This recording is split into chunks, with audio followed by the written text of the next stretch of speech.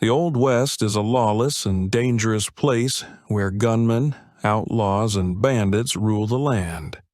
But in the midst of this chaos, a few brave men stood up to restore order and enforce justice. One of these heroes is Virgil Earp, a legendary lawyer who played a key role in taming the Wild West. Although he is often overshadowed by his younger brother Wyatt, Virgil's legacy as a lawyer and peacekeeper is no less remarkable. Virgil Earp was born in Hartford, Kentucky on July 18, 1843, to Nicholas Earp and Virginia Ann Cooksey. He is the second son of the couple. As a teenager, Virgil and his family moved to Pella, Iowa, where he met Dutch immigrant first love Magdalena C. Ellen Risdom. Despite Ellen's parents' objections, Virgil and Ellen ran away on September 21, 1861, and remained together. During the Civil War, Virgil Earp joined the Union Army at the age of 18. He served in the 83rd Illinois Army from July 26, 1862 to June 24, 1865.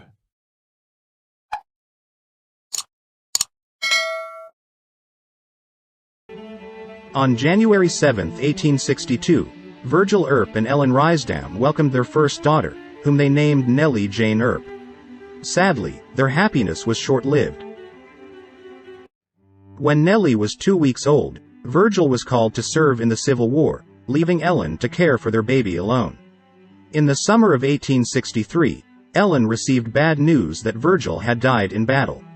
She remarried soon after to a man named John Van Rossum, and the couple moved with Nellie to the Oregon Territory. When Virgil was discharged from the Army on June 26, 1865, he returned home to Pella, Iowa, to find that his wife and daughter had disappeared. They moved west to San Bernardino, California, with Ellen's new husband. Despite knowing their whereabouts, Virgil did not immediately go looking for them. Instead, he joined his brother Wyatt as a freighter between Wilmington and Prescott, Arizona, in 1866. After years of traveling and working various jobs, Virgil Earp and his family settled in Lamar, Missouri in 1868. There he helped his father with the farm and ran a grocery store. He married his second wife, Rosella Dragu, on August 28, 1870, but the marriage ended in divorce after only 3 years.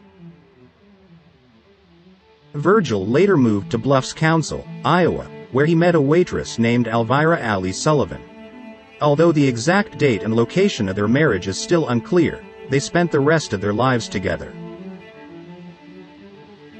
Throughout his life, Virgil worked in a variety of professions, including farming, exploration, horseback riding, railroad construction, and sawmill work.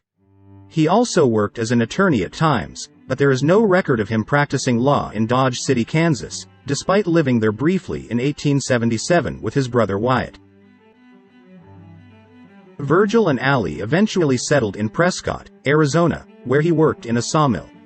In October 1877, Virgil engaged in a gunfight with bandits trying to escape with their spoils. He shot one of them twice in the head with a Winchester rifle. However, later that month, he was knocked unconscious by Yavapai County Sheriff Ed Bowers in another street brawl. The following year, Virgil worked as a night watchman in Prescott for several months before becoming the town's sheriff. Despite facing countless trials and dangers throughout his life, Virgil Earp's dedication to maintaining law and order in the Old West is widely noted.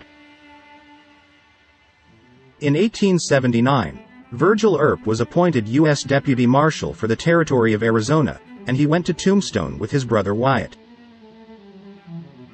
However, less than a year later, on October 30, 1880, he became acting marshal of the town after the previous marshal, Fred White, was killed by outlaw gunman Curly Bill Brocious.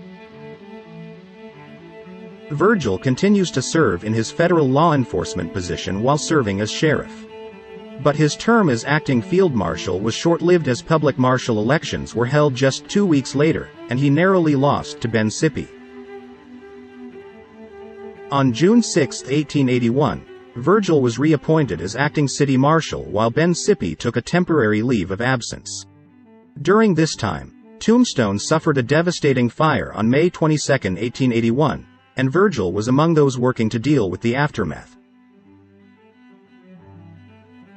Soon after, the city discovered $3,000 in improper financing at the sheriff's office.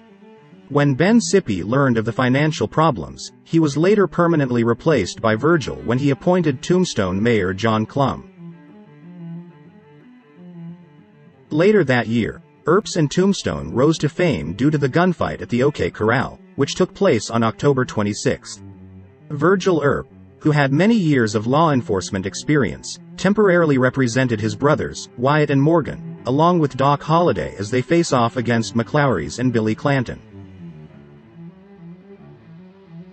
The confrontation became one of the Old West's most famous gunfights, resulting in the deaths of Frank, Tom McLaury, and Billy Clanton. Virgil was shot in the leg and Morgan was wounded in the shoulder. Earps and Doc Holliday were arrested by Sheriff John Behan for the murder of 3 men. The city council has suspended Virgil from his position as town police chief pending the outcome of the investigation. A trial determined that the Earps acted according to the law, but they faced constant threats from the Cowboys, who were seeking revenge for the deaths of their associates. For his own safety, Virgil moved to the Cosmopolitan Hotel, but on December 28, he was ambushed while walking from the Oriental Saloon. Shots were fired from a second-floor building, hitting the Crystal Palace Saloon and Eagle Brewery and shattering windows. Virgil was hit in the back and left arm. Although he survived, he was permanently disabled. The next day, Ike Clanton's hat was found at the scene of the shooting, but no arrests were made because one of his friends provided him with an alibi and the killer. The gun has never been identified. In 1882, after Virgil Earp's mistake, United States Marshal Crawley P. Dake appointed Wyatt Earp as Deputy Marshal of the United States. On March 18 of the same year, while Morgan Earp was playing snooker at Campbell and Hatch's saloon, the Cowboys attacked again. A shot was fired from the darkness of the alley, hitting Morgan in the back. Morgan's body was dressed in one of Doc Holliday's suits and shipped to his parents in Colton, California for burial. The Earp group, which includes Virgil and his wife, Allie, leaves town with Morgan's body and several bodyguards, including Sherman McMasters and Turkey Creek Jack Johnson. However, in Tucson, Wyatt, Warren and Doc Holliday got off the train to find Frank Stillwell, who is said to have worked in the railroad yard. The train continued to California without them. Wyatt and Warren Earp, Doc Holliday, Sherman McMasters, and Turkey Creek Jack Johnson saw off the train safely. As they tracked down Frank Stillwell, a member of the Cowboy faction, near the railroad tracks, Wyatt shot him. He and the others then began what became known as the Earp Vendetta Ride, chasing those they felt were responsible for Morgan's death, killing them one by one, or driving them out of the territory. Although 5 men were indicted for the murder of Stillwell, none were brought to trial, all of whom fled the territory after their vengeful voyage. After settling in Colton, California and recovering from his injuries, Virgil worked as a railroad worker and is said to have gambled a lot. He opened a detective's office for a short time in 1886 before becoming chief of police in July of the same year. When Colton was formally incorporated a year later, Virgil became the city's first elected marshal on the 11th of July, 1887. In March 1889, Virgil resigned as city sheriff and became a boxing matchmaker and casino operator in San Bernardino, California. By the spring of 1893, however, he was restless and established Earp's Hall in a mining camp in Vanderbilt, California. The 2-story bistro hosts dances, awards and church services in the upstairs lobby, while downstairs serves typical pub food.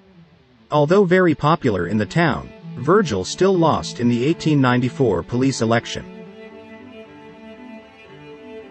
Virgil and Allie briefly returned to Colton in early 1895 but soon moved to another booming mining town, Cripple Creek, Colorado. Virgil didn't stay long, quickly moving back to Prescott, Arizona and working in the mines. In the fall of 1896, he was injured in a mining accident and went to work on a farm south of Prescott. In 1898, Virgil received a letter from Mrs. Levi Law of Portland, Oregon, asking if he was the same Virgil Earp, who had married Ellen Rysdam in 1861.